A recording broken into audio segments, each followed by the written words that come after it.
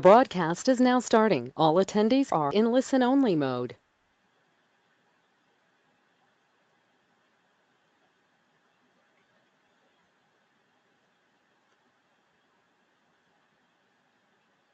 Hello, everyone, and welcome.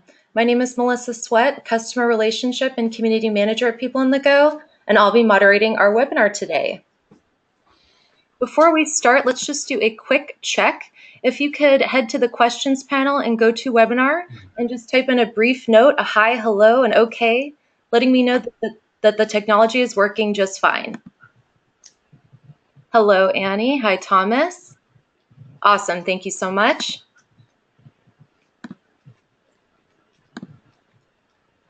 Great, and you are here for Designing Your Life Mindfully with Dave Evans. And I'll introduce our speaker now. Dave Evans is the co-author of the best-selling book, Designing Your Life, How to Build a Well-Lived, Joyful Life. Dave has worked in alternative energy, telecommunications, and high tech, was an instrumental early member of the Advanced Systems Group at Macintosh, and later co-founded the software giant Electronic Arts. After more than 30 years of executive leadership and management consulting in the high-tech world, Dave realized what he really wanted was to help people rediscover their purpose in their jobs and lives. He joined Stanford's design program, where he now co-teaches the incredibly popular Designing Your Life course. And now I'll turn it over to Pierre and Dave.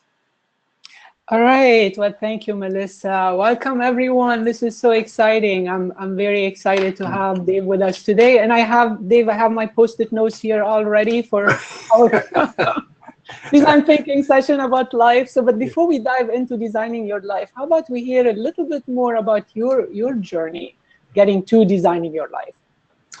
Yeah, you know, Pierre, like most people at the end of the day, the truth is my own life is really just walking out my own experience and frankly, walking out my woundedness. So the story, where does Designing Your Life begin? It really begins back in 1973 when I'm a frustrated sophomore at Stanford University myself. You know, I'll turn 66 in a couple of weeks, so this is a little while ago. And the experience I had was I walked into the Career Center and I said, hey, can you guys help me? And they go, oh, yeah, we love to help people. And I said, well, great. Here's the problem. What do I want to do? And they go, yeah, that's our question. What do you want to do? And I said, no, that's my question. And they go, no, that's our question. I go, it can't be your question. It's my life. And they go, well, no, see, here's the way it works. You tell us what you want, and then we'll help you go get it. I said, hey, getting stuff's easy. Figuring stuff out, that's really hard. Can you help me with that? They go, no, you got to, that's not our job. And I went, well, that's no help at all. And so cutting a very long story a little short. So that continued, and I found this figuring out what you want to do with your life, particularly if it's going to be meaningful to you and matter and be part of a growing life that's moving toward one of your better selves.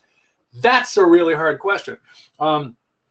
And I finally began figuring it out myself slowly. Then I got into the business world and found everybody else cares about that. I was on the corporate culture committee with Steve Jobs in 1979 when we first started that thing at Apple. The first year I was at Apple, we grew from 800 to 5,000 employees. So like this thing's exploding in our faces. We have no idea what we're doing. And everybody seems to care about these questions and nobody knows what to do about it and kind of going, this is a huge problem. So I thought about this. I've been thinking about this for 45 years. Now I started teaching it about 18 years ago, and then at Stanford, starting now 13 years ago, and where we applied, you know, the design thinking model into it. But along the way, so I was in high tech for a long time.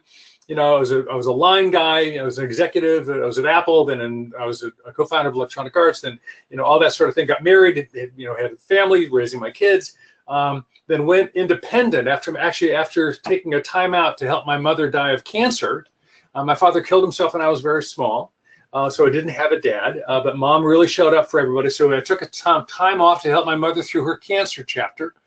And at the end of that, I was sort of freelance and disconnected, and I thought it was time to try something new. So I began freelance consulting and never looked back. And so I did a lot of work with a lot of different organizations and talked to a lot of people. And this question keeps coming back up. What life do I want to live, and how do I live it, and how do I get the most out of it? And that's what turned into teaching. I got invited to teach at Cal Berkeley 18 years ago, taught a class for 14 semesters. Then my buddy Bill Burnett began running the design program at Stanford and said, hey, Bill, why don't we do this at Stanford? And the rest is history. So that's kind of how we got here. Yeah, thank you. Thank you for sharing all this. And in terms of designing your life, I know this would be very difficult, but I'm going to ask you this anyway.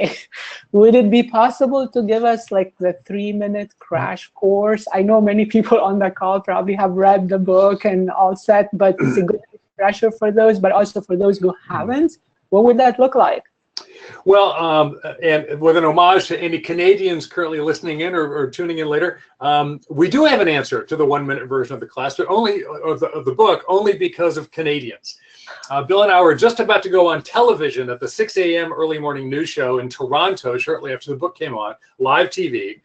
And the assistant producer is standing behind the camera, and he's right in front of me and Bill, and he grabs me by the shoulder and says, "Dave, we're behind. Your 7-minute interview is now 4. We need the book in 1 sentence, much less a minute or 3. And I said, "Dude, we're university instructors. We do not do short answers, you know." And he said, "Well, then you're off the air." And then I said, "Give me a minute. Give me. I mean, so I'm an old marketing guy. I can come up with this. So here's the technically 1-sentence version of designing your life. Get curious, talk to people, try stuff, tell your story." And I can unpack that for you. But if you literally have to remember one thing, what is designing your life? It's getting curious, talk to people, try stuff, tell your story. So I'll stop right there. Do you want me to double click on one of those and explain it a little bit? Yeah, actually, maybe double clicking on each briefly, and then I have a follow-up question that will let you double click on one of them in detail. Okay, as an old mouse guy, I'm used to saying double click. So get curious. I mean, so we talk about the design mindsets. There are 5 mindsets. Curiosity, mindfulness of process, radical collaboration, reframing, and bias to action. And mindfulness of process is important. I'm sure we'll come back to that. But curiosity is the centerpiece for us. It's really ground zero, because that's this natural human energy. Let's not forget, design thinking is the modern moniker for what for 50 plus years we've been teaching at Stanford as human-centered design. And human-centered design is the intersection between feasibility, viability, and marketability. I mean, what actually works, what can people really use, and what might even be self-sustainable out there in the capitalistic marketing world. Can we bring those things together? And we started this thing at Stanford as the integration of art, psychology, and engineering. So this is a very interdisciplinary thing. But curious is this deeply human experience, and that's where the energy is. It's so hard to make any change happen. Let's start with the stuff that works. So what's authentically true of you, we'll begin with you. That's where curiosity is. That's thing 1. So then talk to people and try stuff. And that's really saying the same thing twice a little differently. And by that, I mean prototyping.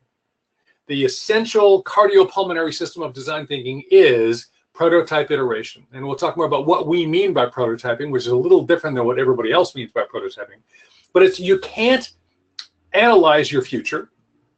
You can't spreadsheet your future. It doesn't exist yet. There's no data. So you have to do something empirical. You literally, when we say build a well-lived life, we mean build your way forward. You can't think your way forward. You can't analyze your way forward. You can't, just sitting on the couch and deeply wanting the truth. I mean, longing for an epiphany does not increase its likelihood of occurrence. And so what do? You go out and live into the world, and the way you prototype a life, what we call sneaking up on your future, is there are people already living in lives that are kind of like the one you're imagining. So let's go talk to them and get their story. And let's go try things like that before you sell the farm and jump out of the airplane and go get a PhD in neuroscience. Let's go try this out. Let's have some shadowing, some small experiences, some projects, some really, really cheap little experiences that can start to empirically and existentially validate what I'm thinking about. And then tell your story. And by the way, I'll just mention there. So when design thinking believes deeply in behavioral collaborative experience, it's moving into the empirical. It's really moving into the existential. It's moving into what is my experience of the world. And if mindfulness is about anything, it's about paying attention and actually capturing what my experience is and becoming sufficiently open-minded and detached that I can actually observe and encounter the world in a meaningful way. So it's very complementary mindset-wise. And then tell your story means I'm paying attention, I'm extracting the value, I'm learning these things. If I'm doing the Mindful 21-Day Challenge, I'm getting really good stuff. So then as I tell my story, people say, "Hey, how's it going, Dave?" you know, I can either say, well, hey, that's great. I was binge watching, you know, West Wing from the 80s again on TV last night. I mean, that's kind of interesting, but it's not that interesting. But what's more, oh gosh, well, you know, actually I was talking with Pierre, and here's what I'm learning lately, and it's presenting these interesting questions. And my life's kind of interesting. How's it going with you? You know, that's telling your story by having a story to tell. And we think that's generative. People go, oh, really? Tell me more. Or, hey, you should meet this friend of mine. If you want to get invited into an interesting future by collaborating with other people, you have to have something to say. So by being curious, trying stuff, and talking to people, you now have something interesting that you're learning that creates the invitation to move further into your life. Yeah, yeah. This reminds me of something I think you mentioned in the book, something about replacing judgment by curiosity. So yes. that our mind is open and we explore new things. So this is a great segue for the next point I wanted to cover, which is in the methodology, you encourage people to come up with 3 different scenarios. Would yes. you tell us a little more about these 3 and the purpose of each? Yeah, so the centerpiece exercise is the Odyssey planning exercise. And frankly, we kind of regret calling it the Odyssey plan because the word plan sounds too serious. It's more accurately the Odyssey imagination of possible ideas, but that's too long. So it really is an ideation exercise. One of the rules is it does not have to be feasible. So there's not detailed planning, but we say, look, every one of us contains more aliveness, more life than one lifetime will permit us to live. I.e., there's more than one of you in there, Pierre. You know, there's Pierre 1, there's Pierre 2, there's Pierre 3. You know, and even if you live a very varied life, on my 6th career, I'm not going to get it all done. So when we talk about your future, like most questions about life are inadvertently singular and exclusive. Well, have you got it figured out? Is this really what you had in mind? Is this your passion, your one and true passion? All those questions are inadvertently pre-configured into the exclusive singularity, like you are one thing and you should get it right. And we think that's nuts. You can't get it right because you're just getting it better. There's no way to know what right is. You're not an equation to solve. You're a human being to live. And there's more than one of you. I mean, so there's not one right you, there's not one best you, there are lots of good yous, and let's go try some out and see which ones are worthy of investing in for the next season of life. That's our posture. So the Odyssey plan exercise, 3 versions of your life, just to acknowledge there isn't one answer. And frankly, half of the importance of that idea is accomplished just by having 3 blanks on the form. Well, what's the right answer? There isn't one. There's a couple of them. And now, and which is each one? Well, we really say, look, just have 3 really different ideas. You know, being a management consultant for Bain Company, for McKinsey, or for Deloitte. That's not 3 ideas. That's one idea with 3 different addresses. Yeah. So 3 really different ideas. And like right now in my life, I'm really at this crossroads. And I'm looking at, do I really double down on, I want to spent a lot of time being a grandfather. I have 7.5 grandchildren. I got my 8th one on the way. I mentioned my father died. He killed himself when I was very young. I didn't have a dad. Being a dad was a big deal. I'm really close to my kids. And I'm talking to you. I'm not talking to my grandkids. You know, they're all over the place. They're all nearby. I never see them. I'm on the road all the time. I did 62 speaking gigs between May and December. What are you, crazy? You know, so should I stop all this nonsense and play with my grandkids? Because that's going to go, and I'm going to die, and we're done. You know, should I double down on being an educational reformer? I'm being asked to go to, I just came from South Africa, and what about Beirut and then Prague, and I'm changing education across the planet. Well, that's a worthwhile thing to do. Or, hey, there's a big commercial opportunity in this DYL thing. We should build the DYL movement juggernaut. You know, like, I don't know. They're really different. Or just retire and hang out with my wife. I mean, we're getting old enough we can't play very much 10 years from now. I mean, 10 years from now, I'm moving a lot slower than I am today. Which one's better? Well, you lay them out and you listen to the stories of these possibilities so you can start moving toward the decisions you want to make. It usually starts with one plan is like the current version of my life working really well. Mm-hmm. We say, if you can't have a second idea, just imagine you're not allowed to do what you're doing anymore. You know, if Stanford came to us and said, hey, we figured out the whole teaching pedagogy thing, we've got it all done by artificial intelligence, we don't need any more teachers, and you guys don't do research, you just teach. So you put the curriculum into this little hopper right here, and out pops the AI-based instruction system. We don't need you. Goodbye. Thanks for sharing. Go home.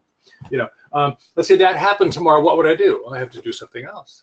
And then the third one's the wild card plan. I will mention that because it even gets into the mindfulness issue.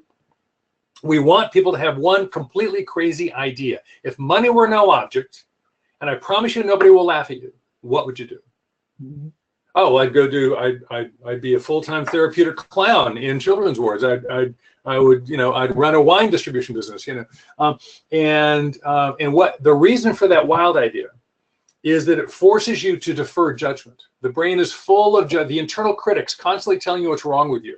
Mm-hmm. The part of your brain that's really good at being not eaten by the saber-toothed tiger and is worried and anxious all the time because it's a good way not to die, that's not in your favor as a developed world person. That's old brain stuff. So you want to overcome that internal critic. And wild idea, because the little guy goes, "Are you crazy? You can't be a clown for it. Come on, Dave, you're a serious person." You know, and then you tell that voice to shut the hell up. You know, so you have to learn how to shut that voice up. And practicing crazy ideas is a way to learn to defer judgment, which really means having self-control and being in charge of your mind. It's time to have a new mind. Yeah. So I have a quick crazy idea. It's not that crazy, actually. I would like to invite all our audience today to put in their crazy ideas for their plan C, actually. So Dave talked about 3 scenarios. The first one is what you're already doing, just continuing to do it and do it better. The second one is plan B, which is if you can't get to do what you're doing, what would you do? And then plan C would be that wild, crazy idea. So if you were to think of what that might be, feel free to put that into your into the panel, and we'll get a chance to see some of them. I'll come back, give you time to do it. We can continue our conversation. I'll come back later and maybe read a few of them just to see what comes up. So moving, Dave, into emotional intelligence, which is another area that you wrote about and you teach, and how does that play into the picture? Well, in a lot of ways and a lot of levels, but at the initial level, no matter how much prototyping you do and how much designing you do and you're having a great time, eventually we're talking about getting to a place where we have to make some decisions. Which way am I going to go? You know, if I'm going to literally not teach at Stanford anymore, I would need to tell them, you know, before the beginning of the fall quarter. So a decision would have to get made. And then, am I really doing the right thing, or at least the better thing of my own choosing? You know, I mean, and so there's, I'm not sure. I'd like to know. And how do you know when you know? You know, I mean, how do you know when you know?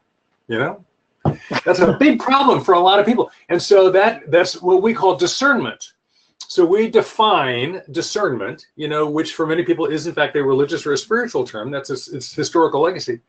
I mean, I've actually studied that in theological seminaries on the side. And so we define discernment as decision-making employing more than one form of knowing. Not just cognitive, quantitative, and evaluative knowing, you know, the criteria list, but also emotional knowing and intuitive knowing and collective knowing and social knowing and spiritual knowing. And I mean, all these things coming together. You're a human person. You're an embodied intelligence. You're not a brain on a transport system. So you need to hear from all of you.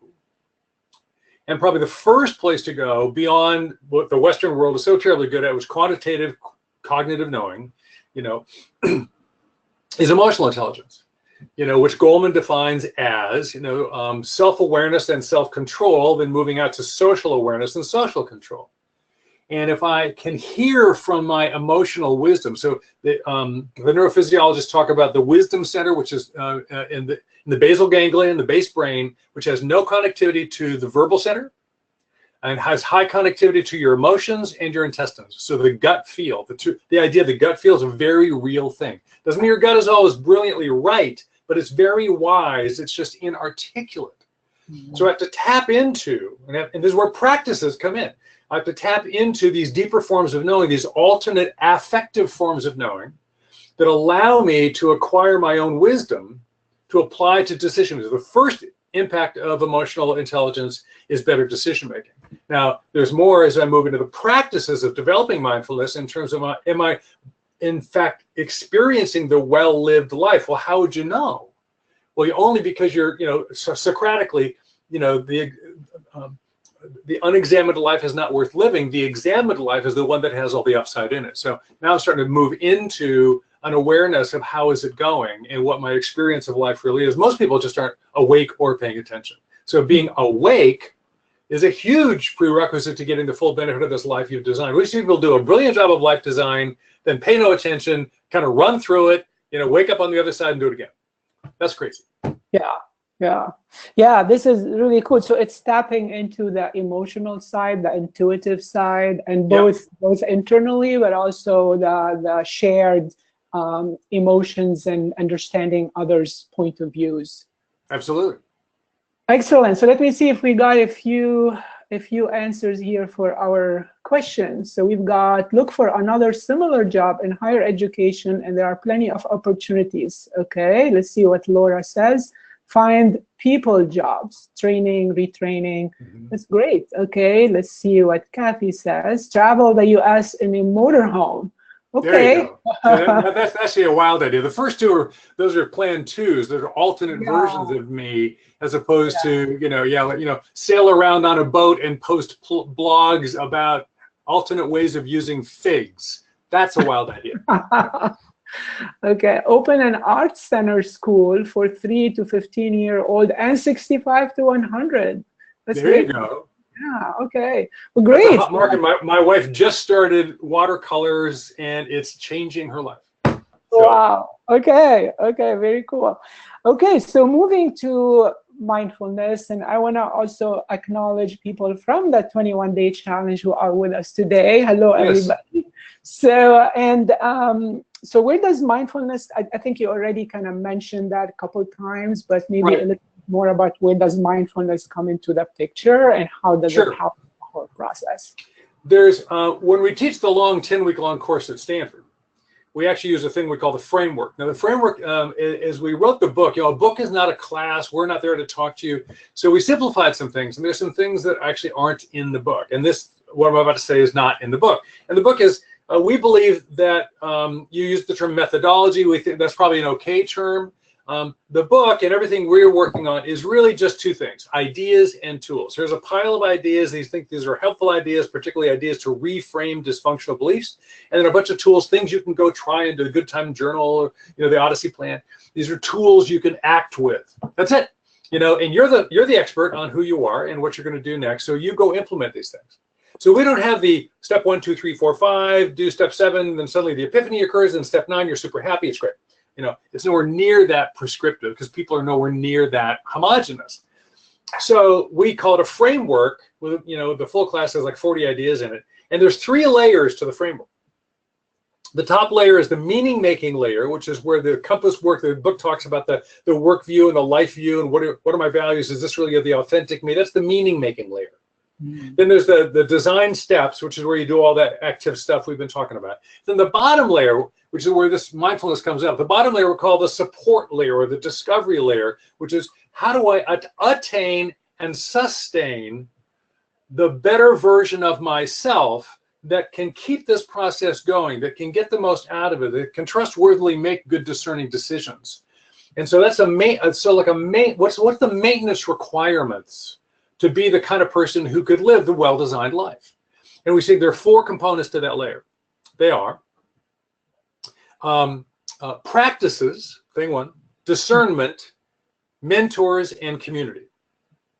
So thing 1 is practices, and practices are the things you do over and over again. Practice isn't something you do just when you're in trouble.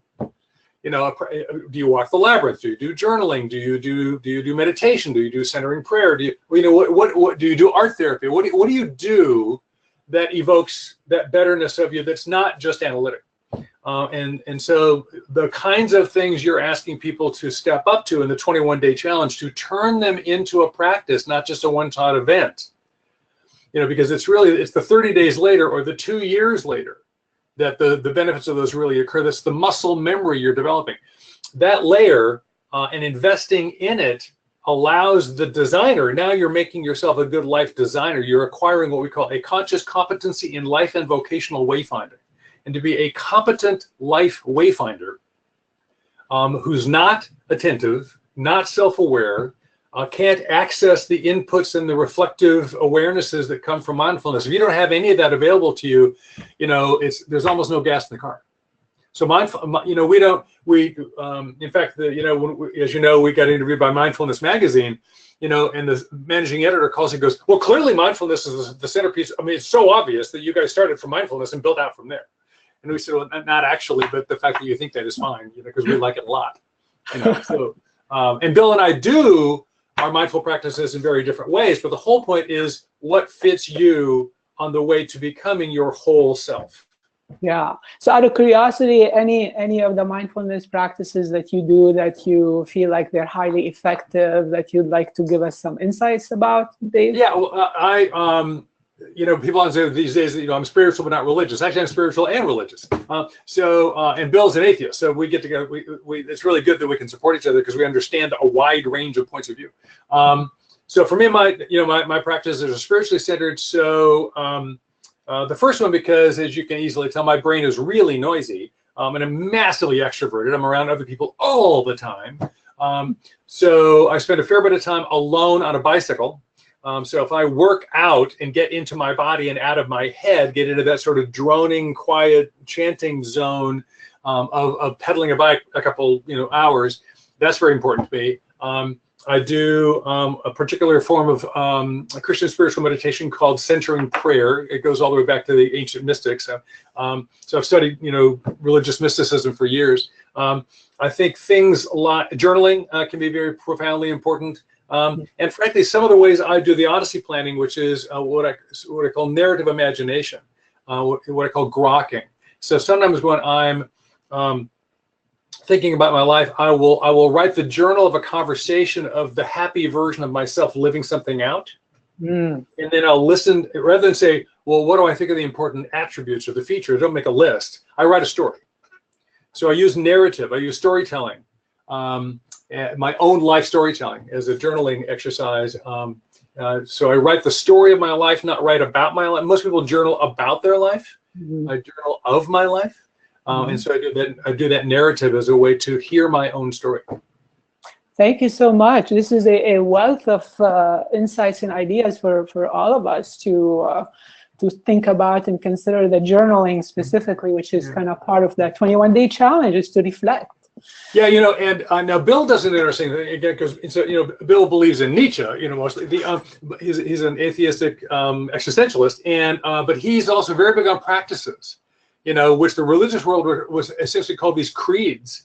So he's been doing, and he says, look, we have to implement our own plan. So one of the things he does is every single morning while he's shaving, he says two things to himself. So he rehearses his truth. He speaks his creed, which is, thing one is, I live in the best of all possible worlds, which of course is tautologically true. I also live in the worst of all possible worlds because I just live in the real world. But he says, setting my bias in the affirmative changes the way I see everything. So he sets his lens to the affirmative. That's thing one. Thing two is, everything I do today, I choose to do. Because he found himself walking in a staff meeting. So he runs the program. And he walks into a staff meeting, he kind of goes, why am I going to this damn staff meeting? He goes, oh, because I called it. It's my meeting. Well, look, all this crap on my calendar. Where did this stuff come from? Oh, it came from me. I set this whole thing up. And so actually, because you make your choice and then you choose your choice. So what he does is every day he re-chooses his choice, which is taking an ownership position. And he says those two things, I live in the best of all possible worlds, everything I do today I choose to do, and he says it out loud.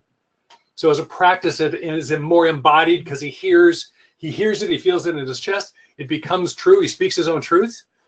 So rehearsing truth is a practice, and he's found it incredibly impactful. So decide what you believe and make sure you believe it. Yeah, thank you.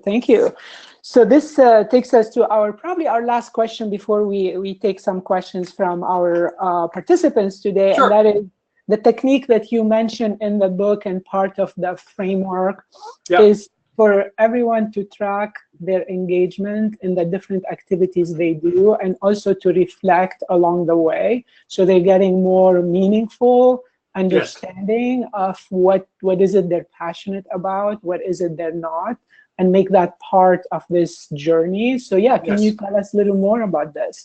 Yeah, I think you're referring to the Good Time Journal, where we track engagement and energy, right? So literally there's a little form in the book, you know, and it's literally just, hey, what happened today? What was I doing? And then there's a little diagram, a little needle, a little dial, says how engaged was I? And then what was my energy level? Now let me distinguish those two things. So engagement is how involved and busy and active you are, you know. So right now I'm really engaged in this conversation talking to Pierre. You know, and if we hang up, I go, oh God, thank God that's over. It was so boring. Then my energy's low. But it's kind of like, oh, Pierre is great. You know, I'm so glad Nancy, our shared friend Nancy, put me in touch. And I love talking about this stuff, you know, which is actually true. And then my energy is up here. And it's not whether you're tired or not. It's whether or not the life force is rising in you. Is this life-giving, life-affirming? Is it energizing? And tired is a little different question. I'm often tired and energized. So, and what are we looking for there? And we ask people to do this for some time, some weeks, with no opinion. You're just observing. And if we're going to learn mindfulness, we have to learn how to merely observe. Take the judgment lens off. Take the grading lens off. Like, it was a good day. It was a bad. No, it was just a day. It was just a day. Just what happened, not how did it go. And we track all that in order to start getting the honest feedback about what our own experience of our own life really is. Because most of us are running around with a narrative in our head that's based on a whole bunch of stuff which may not even be true. It may not be accurate, at least. It may not be untrue, but it may not be accurate. So let your own life speak to you. And then, you know, if you stick with that, that could be somebody's making a big decision. They don't know themselves very well. Here's kind of a remediation to catch up on yourself. But then we're pro the idea of being a reflective person. And a reflective person, you get two outcomes from reflection: savoring and insight. So if I, at the end of the day, you know, do the gratefulness exercise, some variety of exercise that has a reflection in it, you know, let's say later on tonight, you know, I reflect on the conversation we're having, Pierre, you know, and what do? I go back in my mind, you know, and I revisit it, but I revisit it at a much slower pace. I can slow it way down. I get to have it all over again. I'm not just remembering it, I'm re-entering it, able to now observe and pay attention and extract from it in ways that I can't right now because I'm trying to remember what I'm talking about. And so I get to savor this thing. You know, I literally get to fully taste what the experience was. If that's all I get, frankly, that's huge. I mean, I literally get to have my cake and eat it too for free. And I might, but I do not demand this. And then I notice what I'm reflecting on, and I notice what I'm noticing. Our favorite question is, what do you notice? There might be an insight like, oh, gosh, you know, when Pierre asked me that question, I hadn't thought of it that way before. That's interesting. What do I need to learn from that? Is that an invitation to a learning, or is that just like, whatever, you know? So you catch the potential for an insight. Very hard to have insight in real time. So those are the two big wins, we think, from reflection. So quick little add-on question in case you have some thoughts on this. So one of the objections we hear a lot of is, I don't have enough time to reflect, to go back, revisit. So have you had, I'm sure you've heard that, and have you had any specific quick thoughts into how to address that mindset? Because it is a mindset. Yeah, I'll do it two ways, and the first answer may sound a little bit harsh, but it's coming from love. Trust me. We're gonna go back in time. I'm about, 30, 35, something like that. And again, I mentioned I'm a religious person, and I've noticed that my prayer at that point in my life, I've got small children, I'm running a business. I mean, I'm working 60 hours a week, I'm sleeping 5 hours a day, you know, and I'm trying to develop a prayer practice, right, as part of my mind, you know, what we call mindfulness now. And I'm getting absolutely nowhere. It's just not happening at all. And I know I'm just missing some technique, trick. There's something I'm just not doing. You know, I've got to figure this out because I really, really, really want this. It's just not working at all. So I go to this old woman who I know, who's quite wise, and it was Margot, and I say, Margot, can you help me? She goes, sure, Dave. What's on your mind? You know, so tell her the problem. She goes, oh, it's very simple. I go, really? What is it? What's the solution? She goes, you don't want to. I go, no, you don't understand. I really do. I really want to. It's just not working. She goes, no, you're lying to yourself, Dave. You'd love to believe you want to. But this is really simple. People do what they want to do. And if you notice over and over and over again you're not praying, it's because you don't want to do it. At least you don't want to do it more than the other stuff you're doing instead. So come back and call me when you actually care. Right now, you don't give a shit, so don't bother me. Yeah. Oh, I was not expecting that response. I actually was really angry at her, like, you are just not listening to me. And maybe 15, 20 years later, I went, oh, she's right. So the first thing I want to just invite people to consider, if you really are, see, we talk in design all the time about acceptance. And we say you can't solve a problem you're not willing to have. Someone says, gosh, I'm trying to do that. It just says, and they're complaining and struggling, and they're saying the same thing over and over again for months, for years. Then is it really the problem we're talking about, or is it your problem with your problem? What I really want that free 10-second, amazingly deep mindfulness practice, where I just kind of snort it really quickly during a red light each day on the commute into work, and then I'm amazing. That's what I'm looking for. Do you have that? And the answer is no, we don't have that. So sometimes people want something you can't have, or they just want to want it. They don't actually. I love being a person who thinks they care about mindfulness. I don't actually want to do it. Like I love to think I really care enough to lose the 10 pounds I've gained by spending too much time on airplanes and not enough time on my bicycle in the last 3 years. And no, I'm not. I notice I still have a beer with dinner most nights, and if I really cared about the 10 pounds, I would not be doing that. So apparently I don't care. So first thing is just you really got to be honest with yourself. Do I really want this? And what am I willing to do? Now, this is where design can help. Do a prototype, make it small. People say, I have to do a 30-day retreat, and then I have to go do 4 hours of lotus position naked in cold water, and like, whoa, come on. Bill's thing, say these 2 sentences before you put your socks on, and do that for 2 weeks and to see how it works. So make a small thing you can do that's a little bit mindful. Do it for a couple of weeks, reflect and journal. Did that work for me? Then do it again, then do it again. So lots of small steps. That's the most implementing helpful thing I could say. And do something that's at least the first move is natural for you. I have learned over time, I can do long periods of silence. I do usually at least 1, sometimes 2, 4-day silent retreats at a monastery way down south of Big Sur on the coast twice a year, which the first, for 20 years. Now, the first time I did that, I just about burst into flames, because silence is so hard. So you have to learn these things. Give yourself a break by finding something that's in the direction you're trying to go. It's small, it's doable, and it's the kind of thing you might actually do. And then just keep going. This is a long game we're playing here. Most people way overshoot, fail, complain, repeat. So smaller, longer, slower. Excellent. What a great finale for our conversation. I'm gonna hand it over to Melissa. We might be able to squeeze in also a few questions from the audience. Sure. Great. So Melissa, go ahead, and then we'll get back to a few of the questions. Wonderful. Thank you so much, Dave and Pierre. I just have a couple notes before we get into the Q&A, but please go ahead and start to ask those questions in the questions panel. We will be having another Lunch and Learn next Monday, and we'll send you the recording to this one and also a link where you can sign up to the next one. So please do join us there. And Scott's great. Good land. Oh, yeah. Yeah. And then, as Pierre and Dave were chatting about, so for those who are already a part of the 21-day challenge, so you've already seen this morning, if you've checked in, how you can start to track your engagement. And so hopefully now that's making a little bit more sense now, and you can start to explore that more. And for those of you who aren't a part of the 21-day challenge just yet, but you would like to check it out, maybe bring it to your team or organization, please feel free to be in touch with me to learn more, and I'll go ahead and send you my email now in the chat panel.